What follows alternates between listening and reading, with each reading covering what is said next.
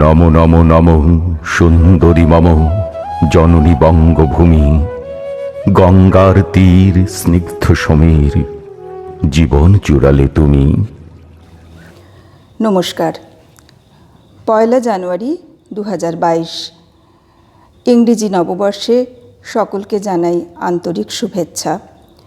2020-2021 দুটো বছর করোনা তার প্রবল প্রতাপ দেখিয়েছে, এবছরও বহাল রেখেছে তার তীব্রতা।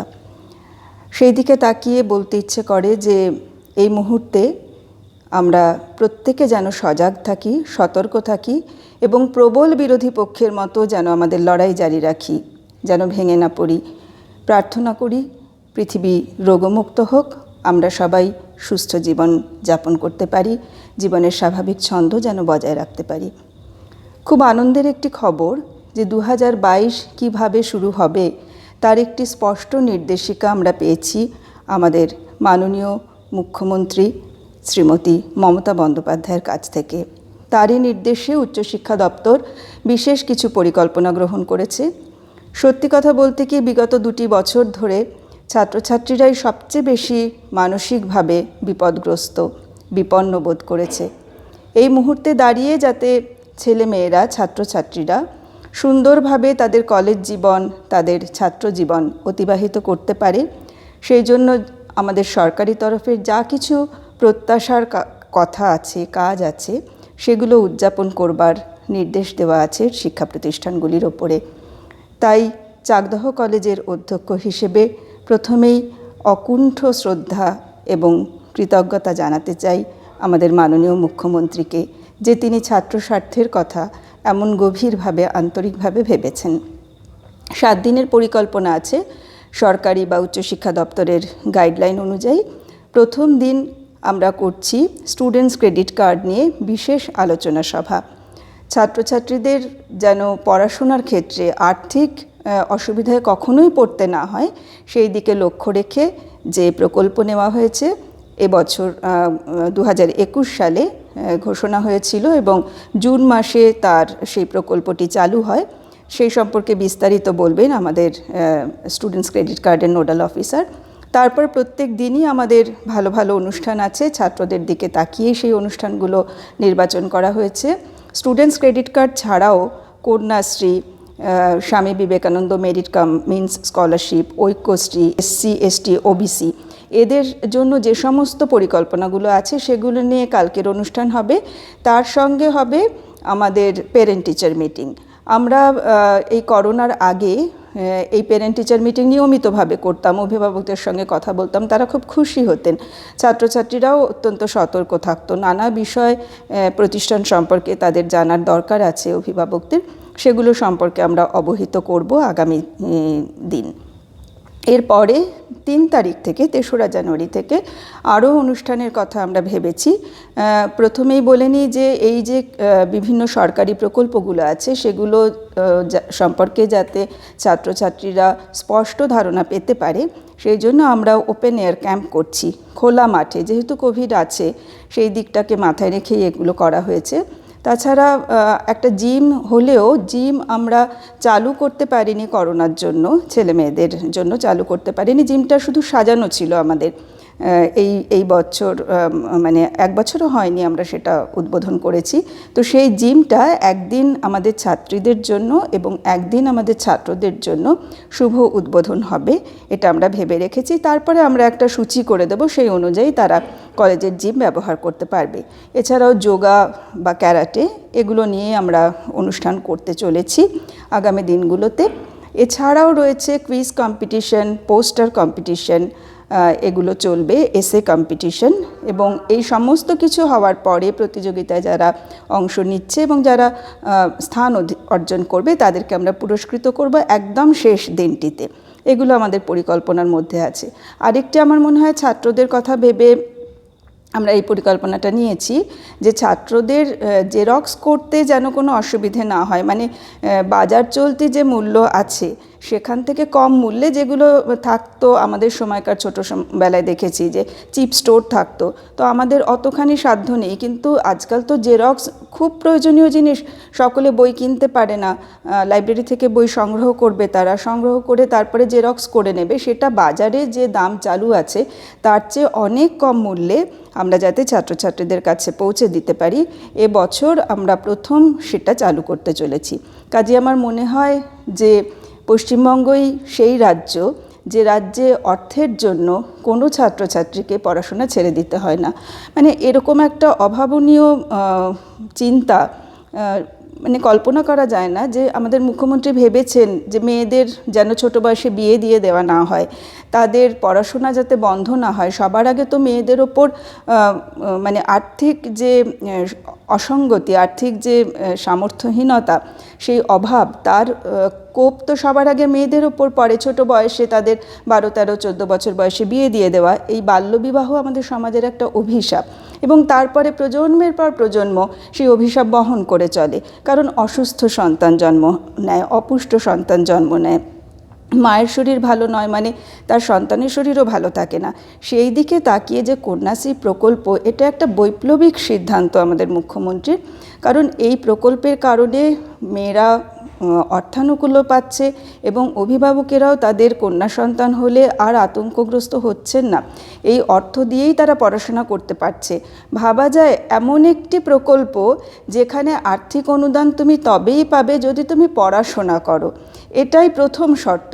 কাজেই পড়াশোনা করার বা পড়াশোনাকে, লেখাপড়াকে বিস্তারিত করে দেবার এই যে প্রচেষ্টা, এই প্রচেষ্টাকে অবশ্যই আমরা কৃতজ্ঞতার সঙ্গে সারা জীবন স্মরণে রাখব।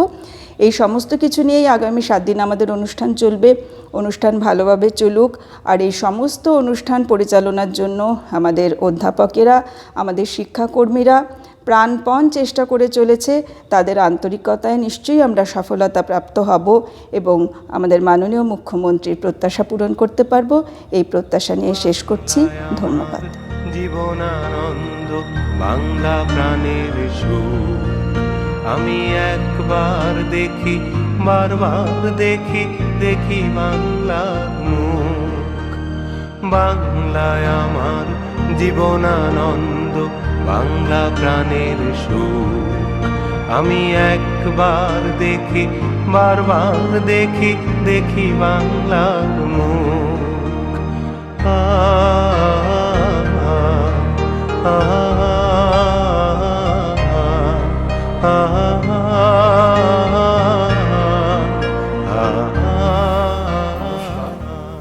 সকলকে নতুন বছরের শুভেচ্ছা। স্টুডেন্ট উইক পালনের লক্ষ্যে আমরা চাকদা কলেজের তরফ থেকে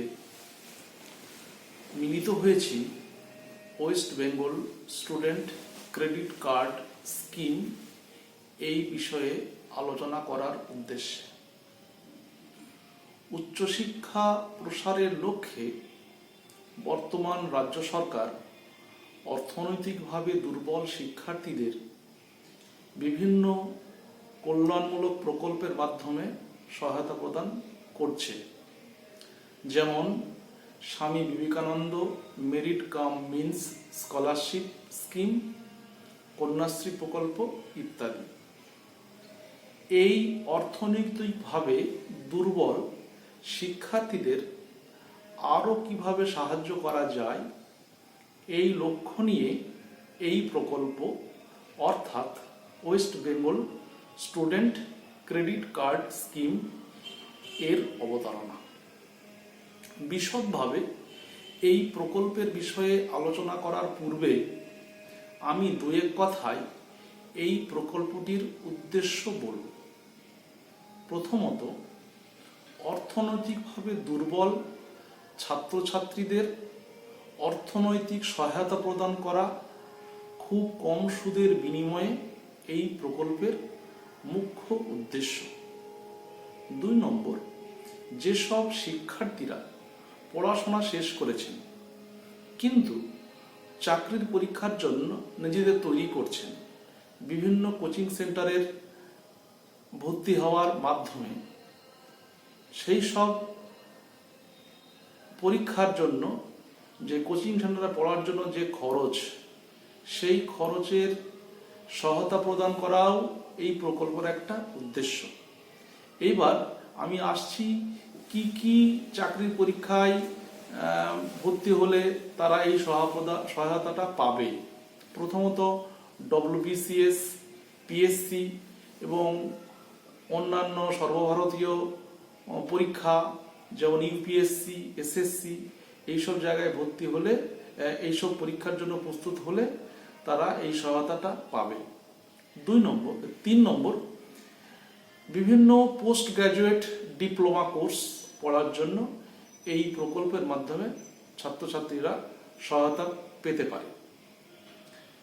গবেষণামূলক বিভিন্ন কর্মকাণ্ড যেমন ডক্টরাল প্রোগ্রাম বা পোস্ট ডক্টরাল প্রোগ্রামেও স্টুডেন্টরা আর্থিকভাবে সহায়তা পেতে পারে এই প্রকল্পের মাধ্যমে। এক কথায় বলতে, ছাত্রছাত্রীদের শিক্ষায় অর্থনৈতিক সহায়তা প্রদান বিভিন্ন ব্যাংকের মাধ্যমে খুব কম সুদে পাওয়ানোটাই এই প্রকল্পের মুখ্য উদ্দেশ্য। এবার আসছি এই প্রকল্পের মাধ্যমে শিক্ষার্থীরা কোন কোন খরচগুলিতে সহায়তা পাবে সেগুলো আমি ক্রমান্বয়ে বলছি। প্রথমত, বিভিন্ন কলেজ, ইউনিভার্সিটিতে পড়ার যে টিউশন ফি বা এক্সামিনেশন ফি হয়, সেই ফির খরচ এই প্রকল্পের মাধ্যমে দেয়া হবে। এছাড়াও বিভিন্ন প্রফেশনাল ইনস্টিটিউট যেমন IIT, IIM, IIEST, NIT, BITS, IIFT, ICFAI, এইসব বিজনেস স্কুল বা এইসব প্রফেশনাল ইনস্টিটিউটে পড়াশোনা করলে তার যে খরচ, সেই খরচটা এই প্রকল্পের মাধ্যমে স্টুডেন্টরা পেতে পারে। স্টুডেন্টরা বিভিন্ন জায়গায় পড়াশোনা করতে গেলে তাদের অ্যাকোমোডেশনের জন্য বিভিন্ন হোস্টেলে থাকে, সেই হোস্টেলের খরচ চালানোর খরচাটা এই প্রকল্পের মাধ্যমে পেতে পারে। বিভিন্ন রকম বই কেনা, কম্পিউটার বা ল্যাপটপ কেনা, তার খরচ স্টুডেন্টরা এই প্রকল্পের মাধ্যমে পেতে পারে। বিভিন্ন রকম প্রজেক্ট, স্টাডি ট্যুর, থিসিস, এই সংক্রান্ত কাজের জন্য যে খরচা, সেই খরচা এই প্রকল্পের মাধ্যমে পেতে পারে। সর্বোপরি একটা স্টুডেন্ট ক্রেডিট কার্ড প্রজেক্টের যে লোনটা হবে, তার 30% স্টুডেন্টরা নন একাডেমিক পারপাসে ব্যবহার করতে পারে, আর 70% একাডেমিক কাজে। অর্থাৎ কলেজ, ইউনিভার্সিটি বা বিভিন্ন ইনস্টিটিউটের ফিস বাবদ তারা মোট লোনের 70% খরচা করবে, আর 30% খরচা করবে তাদের থাকা, খাওয়া, বই কেনা বা অন্যান্য জিনিসপত্র কেনার কাজে। এবার আসছি এই প্রকল্পের স্টুডেন্ট এলিজিবিলিটির বিষয়ে আলোচনা করার জন্য। প্রথমত, এই প্রকল্পে নাম নথিভুক্ত করতে গেলে অবশ্যই তাকে ভারতীয় নাগরিক হতে হবে এবং 10 বছর পশ্চিমবঙ্গের স্থায়ী বাসিন্দা হতে হবে। 2 নম্বর, যেসব শিক্ষার্থীরা রেগুলারে বিভিন্ন কলেজ বা ইউনিভার্সিটি বা প্রফেশনাল ইনস্টিটিউট থেকে বিভিন্ন কোর্স করছেন, তারা এই প্রকল্পে নথিভুক্ত হতে পারবেন। 3 নম্বর, স্টুডেন্টের বয়স অবশ্যই 40-এর মধ্যে থাকতে হবে। 5 নম্বর, যেসব স্টুডেন্টরা এই ক্রেডিট কার্ডের জন্য অ্যাপ্লাই করবেন, তাদের অবশ্যই আধার কার্ড থাকতে হবে। তবে যেসব স্টুডেন্টদের আধার কার্ড থাকবে না, তাদের মাধ্যমিকের রেজিস্ট্রেশন কার্ডটা লাগবে। মাধ্যমিকের পরীক্ষা যে রেজিস্ট্রেশন কার্ড, সেই রেজিস্ট্রেশন কার্ড লাগবে। একটা স্টুডেন্ট তার এই লোনের অ্যাপ্লিকেশনটা যখন করবে, করার পর সেই অ্যাপ্লিকেশন প্রথমে সেই স্টুডেন্ট যে ইউনিভার্সিটি বা যে কলেজে পড়াশোনা করছেন সেই কলেজে আসবে। প্রত্যেকটা কলেজ বা ইনস্টিটিউট তাদের একটা নোডাল অফিসার থাকবেন। সেই নোডাল অফিসার সেই অ্যাপ্লিকেশনটা দেখবে, তারপরে স্টুডেন্টটা যদি সে ওই কলেজের বা ওই ইউনিভার্সিটির স্টুডেন্ট কিনা সেটা পরীক্ষা করার পর সব কিছু ঠিকঠাক থাকলে সেই অ্যাপ্লিকেশনটা হায়ার এডুকেশন ডিপার্টমেন্টে ফরওয়ার্ড করে দেবে। হায়ার এডুকেশন ডিপার্টমেন্ট সেটা পর্যালোচনা করে তারপরে নির্দিষ্ট ব্যাংকে পাঠিয়ে দেবে। এবার আমি আসছি এই স্টুডেন্ট ক্রেডিট কার্ড স্কিম, এই স্কিমের লোনের সর্বোচ্চ সীমা। অ্যাকচুয়ালি একটা স্টুডেন্ট সর্বোচ্চ 10 লাখ টাকা লোন পেতে পারে এই প্রকল্পের মাধ্যমে, সর্বোচ্চ 10 লাখ টাকা। এবার আসছি কোনো মার্জিনাল মানি লাগবে কিনা এই প্রজেক্টটার জন্য। প্রথমত, যদি লোনের পরিমাণটা 0 থেকে 4 লাখ টাকা হয় তাহলে কোনো রকম মার্জিনাল মানি কেটে রাখবে না ব্যাংক। আর যদি 4 লাখের বেশি হয়, অর্থাৎ 4 লাখ থেকে 10 লাখের মধ্যে হয়, তাহলে 5% মার্জিনাল মানি ব্যাংক কেটে রাখতে পারে। এবার আসছি এই প্রজেক্টটার কোনো সিকিউরিটি মানি লাগবে কিনা। প্রথমত বলি যে ব্যাংক কোনো রকম সিকিউরিটি রাখবে না। এখানে আমাদের রাজ্য সরকারই সিকিউরিটি প্রদান করছে, অর্থাৎ গ্যারান্টার হচ্ছে রাজ্য সরকার। পরে আসছি যে এই প্রকল্পের মাধ্যমে যে লোন পাবে ছাত্রছাত্রীরা বা শিক্ষার্থীরা, তাদের কোনো ইন্স্যুরেন্স থাকবে কিনা। প্রথমত বলে রাখি, এই লোনের উপর লাইফ কভার ইন্স্যুরেন্স থাকবে। লাইফ কভার ইন্স্যুরেন্স থাকবে। স্টুডেন্ট এই ইন্স্যুরেন্সের টাকা দেবে, অবশ্যই নগদে নয়। স্টুডেন্টদের যে লোন হবে সেই লোন অ্যামাউন্ট থেকে এই ইন্স্যুরেন্সের টাকা কেটে নেওয়া হবে। এবার আসছি mode of disbursement of loan, এই বিষয়ে, মানে কিভাবে এই টাকাটা ছাত্রছাত্রীরা পাবে। প্রথমত বলি, আমি আগেই বলেছি যে মোট লোনের 70% হচ্ছে একাডেমিক পারপাস আর 30% হচ্ছে নন একাডেমিক পারপাস। একাডেমিক পারপাসটার মধ্যে পড়ছে ইউনিভার্সিটি বা কলেজের ফিজ, এক্সামিনেশন ফি ইত্যাদি। এই একাডেমিক ফিজ যেটা অর্থাৎ 70%, এই টাকাটা ব্যাংক থেকে ডাইরেক্ট কনসার্ন ইনস্টিটিউট পেয়ে যাবে। অর্থাৎ যখন যে সেমিস্টারে যত টাকা তার টিউশন ফি, সেই পরিমাণ টাকা ব্যাংক থেকে কলেজ বা ইউনিভার্সিটি পেয়ে যাবে।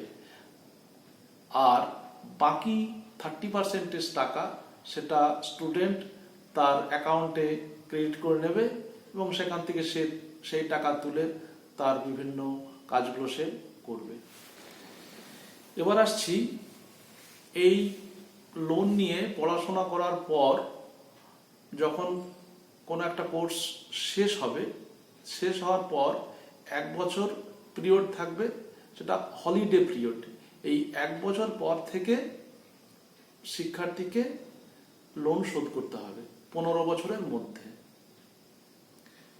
এবার এই যে প্রকল্প, এই প্রকল্পটা ঠিকঠাক চলছে কিনা এটা দেখভালের জন্য একটা হায়ার এডুকেশন ডিপার্টমেন্ট একটা মনিটরিং কমিটি তৈরি করবে। সেই মনিটরিং কমিটি ডিস্ট্রিক্ট ওয়াইজ বা স্টেট ওয়াইজ এই প্রকল্পটি দেখাশোনা করবেন। যদি কারো কোনো বিষয়ে এই প্রকল্পের সঙ্গে আরো বিশদ কিছু জানতে চায় বা কোনো সাপোর্ট চায়, তাহলে টোল ফ্রি নাম্বার আছে 1800-102-8014, এই নাম্বারে ফোন করতে পারেন, বা support-wbscc@gmail.com bangla.gov.in এখানে মেল করে আপনারা আপনাদের অভিযোগ জানাতে পারেন। এবার আমি আসছি কিভাবে এই প্রকল্পে নাম নথিভুক্ত করা হবে সেই বিষয়ে অবগত করানোর জন্য। অবশ্যই তার আগে স্টুডেন্টদের বলবো কতগুলো বিষয় আগে থেকে রেডি করে রাখতে। এক, আবেদনকারী তার রঙিন ফটো, যেটার সাইজ হবে 50 কেবি সর্বোচ্চ আর সর্বনিম্ন 20 কেবি, এর মধ্যে জেপিইজি ফরম্যাটে রেডি করে রাখবে। অর্থাৎ আবেদনকারীর রঙিন ফটো 20 থেকে 50 MB সাইজের সে রেডি করে রাখবে। 2 নম্বর, সহ আবেদনকারী তার রঙিন ফটো 20 কেবি থেকে 50 কেবি এই সাইজের জেপিইজি এই ফরম্যাটে রেডি করে রাখবে। 3 নম্বর, শিক্ষার্থীর স্বাক্ষর, অর্থাৎ শিক্ষার্থী সই করবে, সেটার ছবি তুলে সেটা জেপিইজি এই ফরম্যাটে রাখবে 20 থেকে 50 MB সাইজ করে। সহ ঋণ গ্রহীতা, এবার একটা প্রশ্ন আসতে হবে, সহ ঋণ গ্রহীতাটা কে? সহ ঋণ গ্রহীতাটা হচ্ছে শিক্ষার্থীর অভিভাবক, তার সইয়ের 20 থেকে 50 MB কেবি সাইজের জেপিইজি ফরম্যাট করে রাখতে হবে। 5 নম্বর, শিক্ষার্থীর আধার কার্ডের ছবি তুলে রাখতে হবে, ছবি তুলে পিডিএফ করতে হবে, সেটা সাইজ হবে 50 থেকে 400 কেবির মধ্যে। 6 নম্বর, অভিভাবকের প্যান কার্ড, অভিভাবকের প্যান কার্ড না থাকলে এই অ্যাপ্লিকেশন করার সময় একটা আন্ডারটেকিং পিডিএফ পাওয়া যায়, সেটাকে সিগনেচার করে সেটা ছবি তুলে আবার পিডিএফ করতে হবে, সেটার সাইজও হবে 50 থেকে 400 কেবির মধ্যে। কোর্স ফি, তার ডকুমেন্টেশন, সেটা ছবিটা তুলতে হবে, ছবি তুলে পিডিএফ করতে হবে, সেটাও হচ্ছে 50 থেকে 400 কেবির মধ্যে। আগেই বলছিলাম যে শিক্ষার্থী যদি আধার কার্ড থাকে তাহলে সেই আধার কার্ডটার ছবি তুলে পিডিএফ করতে হবে 50 থেকে 400 কেবির মধ্যে, পিডিএফ ফরম্যাট করে রাখতে হবে। যদি আধার কার্ড না থাকে তাহলে 10ম শ্রেণীর বোর্ডের, অর্থাৎ আমাদের West Bengal board of secondary এডুকেশনের যে রেজিস্ট্রেশন আছে সেই রেজিস্ট্রেশন কার্ডটার ফটো তুলে পিডিএফ করে রাখতে হবে। তারপরে হচ্ছে অভিভাবকের ঠিকানার প্রমাণপত্র, সেটারও পিডিএফ করে রাখতে হবে 50 থেকে 400 কেবির মধ্যে। আর একটা গুরুত্বপূর্ণ ডকুমেন্ট, সেটা হচ্ছে স্টুডেন্ট যে কলেজে বা যে ইউনিভার্সিটিতে পড়ছে সেখানে যে ভর্তি হয়েছিল সেই ভর্তির যে রিসিট, সেই রিসিটটার ফটো তুলে পিডিএফ করতে হবে, সেটার সাইজও হতে হবে 50 থেকে 400 কেবির মধ্যে। আর শিক্ষার্থীর প্যান কার্ড, সেটা ছবি তুলে পিডিএফ করতে হবে, সেটার সাইজও হবে 50 থেকে 400 কেবির মধ্যে। যদি কোনো শিক্ষার্থীর প্যান কার্ড না থাকে তাহলে তাকেও একটা আন্ডারটেকিং দিতে হবে, তার ফরম্যাটটা অ্যাপ্লিকেশনের ওখানেই থাকবে, ওখানে জাস্ট লিখে সই করে সেটাকে আপলোড করতে হবে। অর্থাৎ আমি যে ডকুমেন্টগুলোর কথা বললাম সেগুলো আমি আবার রিপিট করছি, কারণ এই ডকুমেন্টগুলো রেজিস্ট্রেশন করার সময় লাগবে। অর্থাৎ আমি শিক্ষার্থীদের বলবো রেজিস্ট্রেশন করার পূর্বে তারা একটা ফোল্ডার করে এই প্রত্যেকটা ফাইল সেগুলো ওই ফোল্ডারের মধ্যে রেখে তারপরে তারা রেজিস্ট্রেশন করার কাজটা শুরু করবে। আমি আবার বলছি কি কি ডকুমেন্ট লাগবে। প্রথমত ছবি লাগবে রঙিন, শিক্ষার্থী অর্থাৎ যে অ্যাপ্লিকেশন করছে লোনের জন্য তার আর তার অভিভাবকের, এবং সাইজটা অবশ্যই 20 থেকে 50 কেবির মধ্যে জেপিইজি ফরম্যাটে। শিক্ষার্থী এবং শিক্ষার্থীর অভিভাবকের প্যান কার্ডের ছবি তুলে পিডিএফ করতে হবে, সেটা লাগবে 50 থেকে 400 কেবির মধ্যে। শিক্ষার্থীর আধার কার্ড, সেটা পিডিএফ ফরম্যাটে লাগবে 50 কেবি থেকে 400 কেবি সাইজের মধ্যে। অভিভাবকের প্যান কার্ড লাগবে 50 থেকে 400 কেবি এই সাইজের মধ্যে পিডিএফ ফরম্যাটে। টিউশন ফি বা কোর্স ফিজ যে প্রসিওর সেটাকে আপলোড করতে হবে, সেটা পিডিএফ ফরম্যাটে লাগবে 50 থেকে 400 কেবির মধ্যে। এই উদ্দেশ্যে আমি বলে রাখি, আমাদের কলেজ যারা শিক্ষার্থী বা আমাদের কলেজে পড়াশোনা করে যারা অ্যাপ্লিকেশন করতে চাও, হ্যাঁ, তাদের আমরা একটা ফরম্যাট করে দিয়েছি, কোন সেমিস্টারের কত ফি পুরো ডিটেলস সেই ফরম্যাটের মধ্যে লেখা আছে। আমি স্টুডেন্টদের বলবো যে গত 30/6/2021 এই সালের যে নোটিশ আছে আমাদের কলেজের ওয়েবসাইটে, সেই নোটিশে গিয়ে যেখানে স্টুডেন্ট ক্রেডিট কার্ড স্কিম এই বিষয়ে নোটিশটা দেয়া আছে, তার নিচে এই কোর্স ফিজ স্ট্রাকচার অর্থাৎ ফিজ স্ট্রাকচারের যে ডকুমেন্ট সেটা ওখানে দেয়া আছে, ওখান থেকে ডাউনলোড করলে তারা পেয়ে যাবে।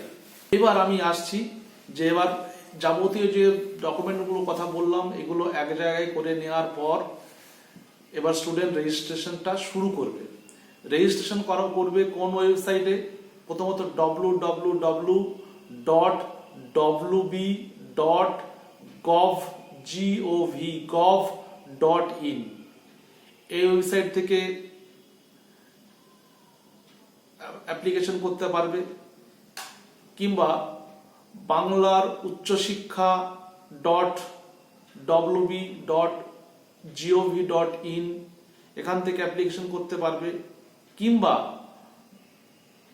www.wbscc.wb.gov.in এই ওয়েবসাইটে গিয়ে তারা প্রথমে নিজেদের রেজিস্ট্রেশন বা রেজিস্টার এই বাটনে ক্লিক করবে, দিয়ে একটা পেজ খুলে যাবে। তখন স্টুডেন্টরা তাদের মোবাইল নাম্বার, তাদের ইমেল আইডি, হ্যাঁ, একটা পাসওয়ার্ড ক্রিয়েট করে, হ্যাঁ, একটা ওটিপি আসবে, সেই ওটিপি দিয়ে তারা অথেন্টিকেশন করার পর রেজিস্ট্রেশনটা কমপ্লিট করতে পারবে। রেজিস্ট্রেশন কমপ্লিট হওয়ার পর স্টুডেন্টরা জানতে পারবে, তাদের মোবাইলে একটা মেসেজ আসবে অথবা ইমেলে যাবে, তার আইডি নাম্বার আসবে একটা, আর একটা পাসওয়ার্ড তো সে দিয়েছেই, সেটা পেয়ে যাবে। পরবর্তীতে এই রেজিস্ট্রেশনের আইডি নাম্বার আর পাসওয়ার্ড দিয়ে স্টুডেন্টকে লগ ইন করতে হবে। এবার আমি কতগুলো গুরুত্বপূর্ণ তথ্য এই স্কিমের বিষয়ে আমি অবতারণা করছি।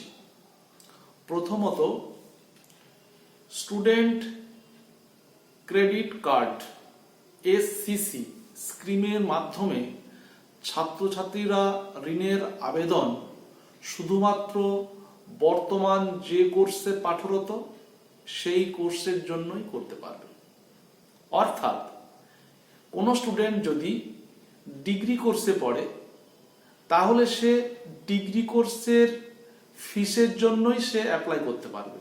সে পরবর্তী কোর্স অর্থাৎ তার মাস্টার ডিগ্রি কোর্স করবে বা অন্য কোনো চাকরি পরীক্ষার জন্য যে খাটবে, হ্যাঁ, সেই খরচের জন্য সে পরবর্তীতে অ্যাপ্লাই করবে, তখন অ্যাপ্লাই করতে পারবে না যখন সে কলেজে পড়ছে। অর্থাৎ আমি যদি আরো ডিটেলস এটা ব্যাপারটা বলি, তাহলে দ্বাদশ শ্রেণীর কোনো পাঠরত ছাত্রছাত্রী ভবিষ্যতের ম্যানেজমেন্ট পড়তে যাবে, তার জন্য অ্যাপ্লাই করতে পারবে না। আর একাধিক কোর্সের জন্য ঋণ একসঙ্গে পাওয়া যাবে না। অর্থাৎ কেউ যদি বিএ পড়ে, সে বিএ পড়ার জন্যই অর্থাৎ গ্র্যাজুয়েটের জন্যই অ্যাপ্লিকেশন করবে, কখনোই সে চাকরি পরীক্ষার জন্য অ্যাপ্লিকেশনটা করতে পারবে না। 3 নম্বর, স্কুল, কলেজ বা শিক্ষামূলক প্রতিষ্ঠানে কোর্স ফি বা ভর্তির ফি জমা হয়ে গেলে সেই জমা দেওয়া ফি ঋণের জন্য আবেদন করতে পারবে না। আমি ব্যাপারটাকে আরো ডিটেলসে বলছি। কোনো ছাত্র ফার্স্ট সেমিস্টারে ভর্তি হলো, একটা ডিগ্রি কোর্স 6টা সেমিস্টার, তাহলে প্রত্যেক সেমিস্টারের জন্য আলাদা আলাদা খরচা আছে। এবার ফার্স্ট সেমিস্টারে যদি সে ভর্তি হয়, তাহলে ওই ভর্তির টাকা বাদ দিয়ে বাকি 5টা সেমিস্টারের জন্য যে টাকাটা বাকি থাকছে সেই টাকার ওপর ভিত্তি করেই পরবর্তী লোনটা হবে। এবার আমি বলছি যে স্টুডেন্ট, আমি বলে দেওয়া যে ওয়েবসাইট, সেখানে গিয়ে যখন নাম নথিভুক্ত করবে অর্থাৎ লোনের জন্য অ্যাপ্লিকেশন করবে, তখন একটা ফর্মের মতো আকারে চলে আসবে। সেখানে তার যাবতীয় বিষয় দিতে হবে, তার ব্যাংকের ডিটেলস দিতে হবে, তার ক্রো ব্রাউজার অর্থাৎ অভিভাবকের ব্যাংকের ডিটেলস, এগুলো সব তথ্য তো দিতেই হবে। এবার যখন কোর্স বিষয়ে তাকে ফর্ম ফিল আপ করতে হবে, এই কোর্স বিষয়ে ফর্ম ফিল আপ করার সময় ওখানে ড্রপ ডাউন হিসেবে পাবে under graduate, post graduate, diploma, এইসব। কোনো নির্দিষ্ট বিষয়ের উপরে কিন্তু এই লোনটা হয় না। এই লোনটা হবে কোন কোর্সে পড়ছে তার উপরে, post graduate, graduate, diploma, certificate course বা কোনো রকম ভোকেশনাল কোর্স করছে কিনা তার উপরে ভিত্তি করে হবে। এইবার স্টুডেন্ট এই প্রসেস মেনটেন করে অ্যাপ্লিকেশন করবে। অ্যাপ্লিকেশন সাবমিট হওয়ার পর স্টুডেন্ট আবার মেল পাবে বা হোয়াটসঅ্যাপে SMS পাবে, যাতে করে তার ফর্মটা সাবমিট হয়েছে সেটা কনফার্মেশনটা সে পেয়ে যাবে। এবার আমি আসছি এই বিষয়ে কিছু প্রশ্নোত্তর। আমি প্রশ্ন করছি, আমি উত্তর দিচ্ছি, স্টুডেন্ট শুনলে তার ব্যাপারটা আরো পরিষ্কার হবে।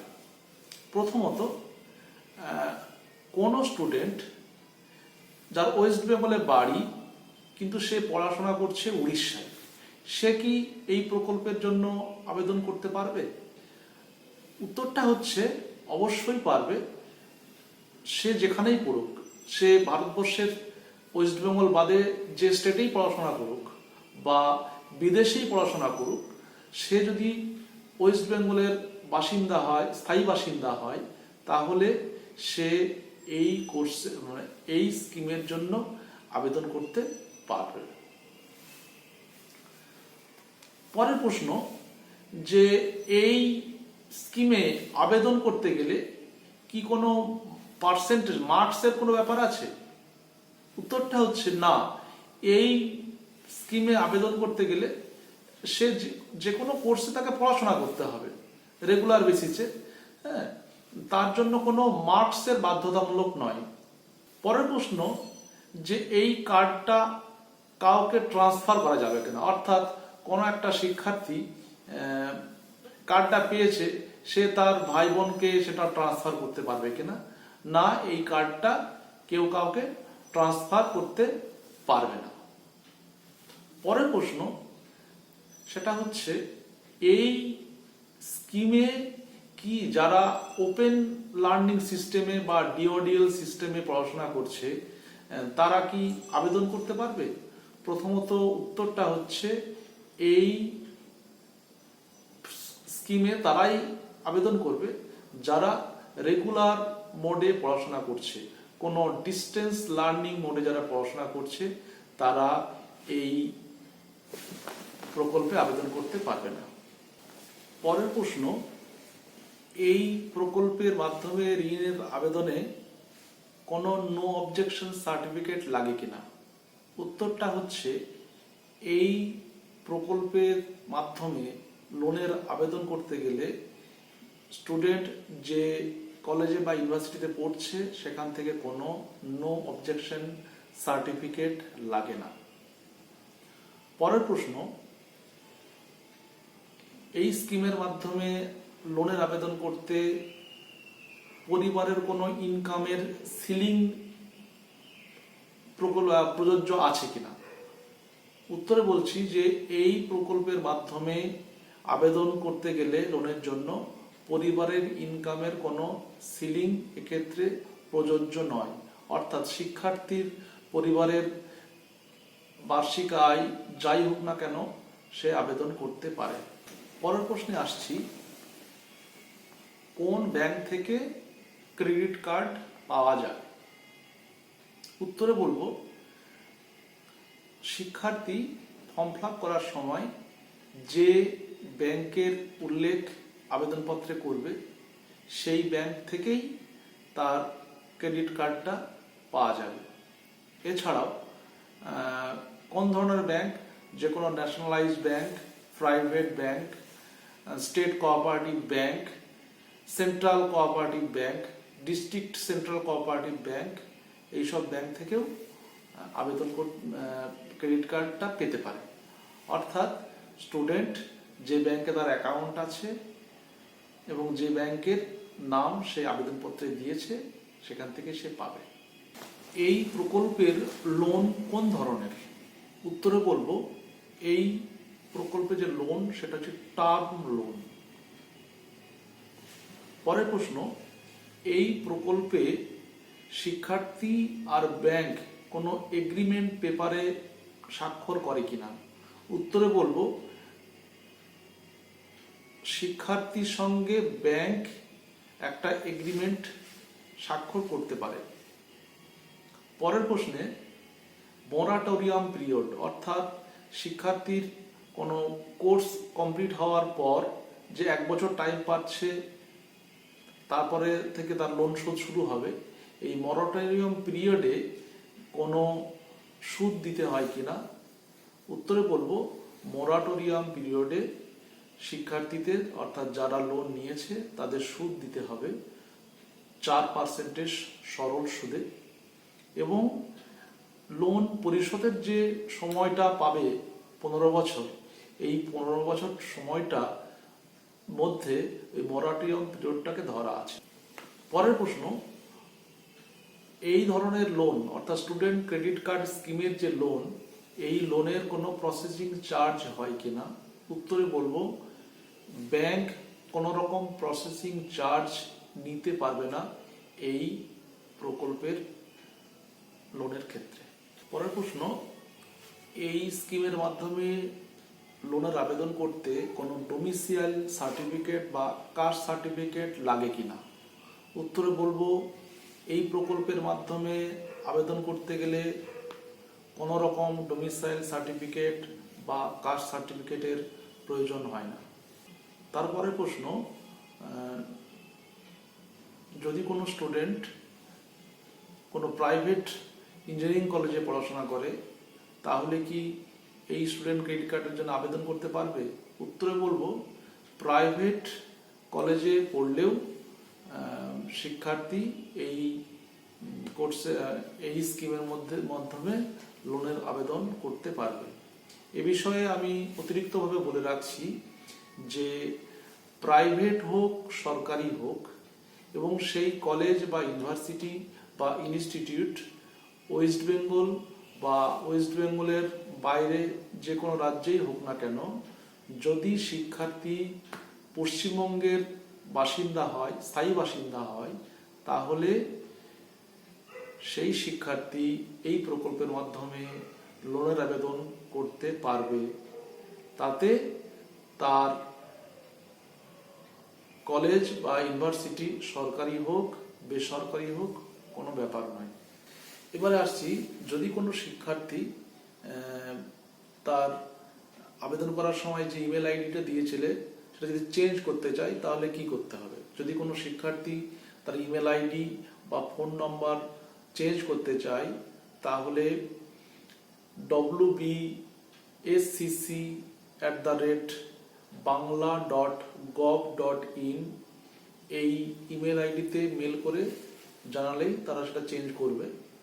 এছাড়াও একটা টোল ফ্রি নাম্বার আছে, সেই টোল ফ্রি নাম্বারেও তারা কথা বলে এই বিষয়ে সাহায্য পেতে পারে। সেই টোল ফ্রি নাম্বারটা হচ্ছে 1800-102-8014।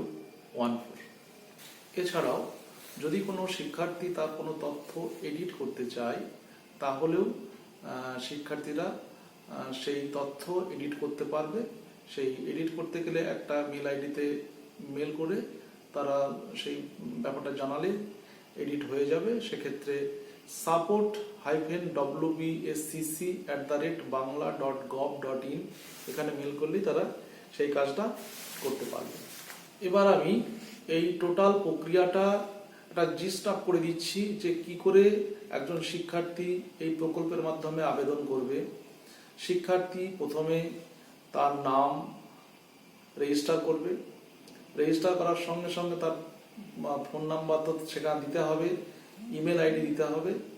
হ্যাঁ, এরপর তার মেল আইডিতে বা হোয়াটসঅ্যাপ SMS এর মাধ্যমে সে তার পাসওয়ার্ডটা জেনে যাবে এবং আইডিটা জেনে যাবে। সেই আইডি পাসওয়ার্ড দিয়ে লগ ইন করে পুরো অ্যাপ্লিকেশনটা করতে হবে। অ্যাপ্লিকেশন কমপ্লিট হওয়ার পর ইনস্টিটিউটে সেই তথ্যটা আসবে। ইনস্টিটিউটের যে নোডাল অফিসার আছেন তিনি পুরো তথ্যটি দেখবেন। হ্যাঁ, শিক্ষার্থী অথেন্টিক কিনা সেটা চেক করবেন। তারপরে অ্যাপ্লিকেশন ফর্মটি হায়ার এডুকেশন ডিপার্টমেন্টে ফরওয়ার্ড করে দেবেন। হায়ার এডুকেশন ডিপার্টমেন্ট পুরো তথ্যটি আবার দেখবে, আবেদনপত্রটি দেখবে। দেখার পর ব্যাংকে ফরওয়ার্ড করে দেবে। ব্যাংক ফরওয়ার্ড হয়ে গেলেই শিক্ষার্থী বা যিনি আবেদন করেছেন তিনি একটা SMS পাবেন। হ্যাঁ, এবং ব্যাংকের সঙ্গে গিয়ে দেখা করবেন। তারপরে ব্যাংক এগ্রিমেন্ট পেপারে একটা সই করিয়ে নিয়ে বা এগ্রিমেন্ট করে লোন ডিসবার্স করবেন। ব্যাংক কখনোই আবেদনকারীকে পুরো টাকাটা দেবে না। ইনস্টিটিউটে যে টাকাটা প্রাপ্য সেটা ব্যাংক ইনস্টিটিউটকে দেবে, আর বাকি 30% টাকাটা শিক্ষার্থী বা আবেদনকারী তার নিজের ব্যাংক অ্যাকাউন্টে নিতে পারবে। এই পদ্ধতির মাধ্যমে যদি কারোর কোনো প্রবলেম হয় তাহলে আমার সঙ্গে দেখা করতে পারে, যোগাযোগ করতে পারে। আমি বিশদে বিষয়টি বলবো। সর্বোপরি স্মুথলি অ্যাপ্লিকেশন করতে গেলে শিক্ষার্থীদের বলবো প্রথমে ওয়েস্ট বেঙ্গল স্টুডেন্ট ক্রেডিট কার্ডের যে ওয়েবসাইট আছে সেই ওয়েবসাইটে গিয়ে তারা যে গাইডলাইন্স আছে সেই গাইডলাইন্সগুলো ভালো করে দেখুক। এছাড়াও 30/6/21 তারিখে যে স্টুডেন্ট ক্রেডিট কার্ডের যে গভর্নমেন্ট অর্ডারটা বার হয়েছিল সেই গভর্নমেন্ট অর্ডারটা দেখুক। অর্থাৎ গভর্নমেন্ট অর্ডারটা ভালো করে দেখতে হবে। বিভিন্ন রকম স্টুডেন্টদের যে ম্যানুয়াল আছে সেই ম্যানুয়াল বাংলা এবং ইংরেজি দুটো ভাষাতেই ওয়েবসাইটে দেওয়া আছে, সেটা ভালো করে দেখে নিয়ে, এবং আমি প্রথমেই যে কথাগুলো বলেছিলাম ফটো, প্যান কার্ড, ওই যে সব ডকুমেন্টগুলো, ওই ডকুমেন্টগুলো পুরো রেডি করে নিয়ে শিক্ষার্থীরা ধীরে সুস্থে আবেদন করুক। যদি কারো কোনো সমস্যা হয় আমার সাথে যোগাযোগ করতে পারে। এছাড়াও হেল্প ডেস্ক অফিসার আছে আমাদের কলেজে, তেনার সঙ্গেও দেখা করে নিতে পারেন বা যোগাযোগ করে নিলে তাহলে তাদের কোনো সমস্যা থাকবে না, এই আশা রাখি। ধন্যবাদ। जनगण मन अधिनायक जय हे भारत भाग्य विधाता। पंजाब सिंध गुजरात मराठा द्राविड उत्कल बंगा। विंध्य हिमाचल यमुना गंगा उच्चल जलधि तरंगा। तव शुभ नामे जागे, तव शुभ आशीष मांगे। गाहे तव जय गाथा, जन गण मंगलदायक जय हे भारत भाग्य विधाता। जय हे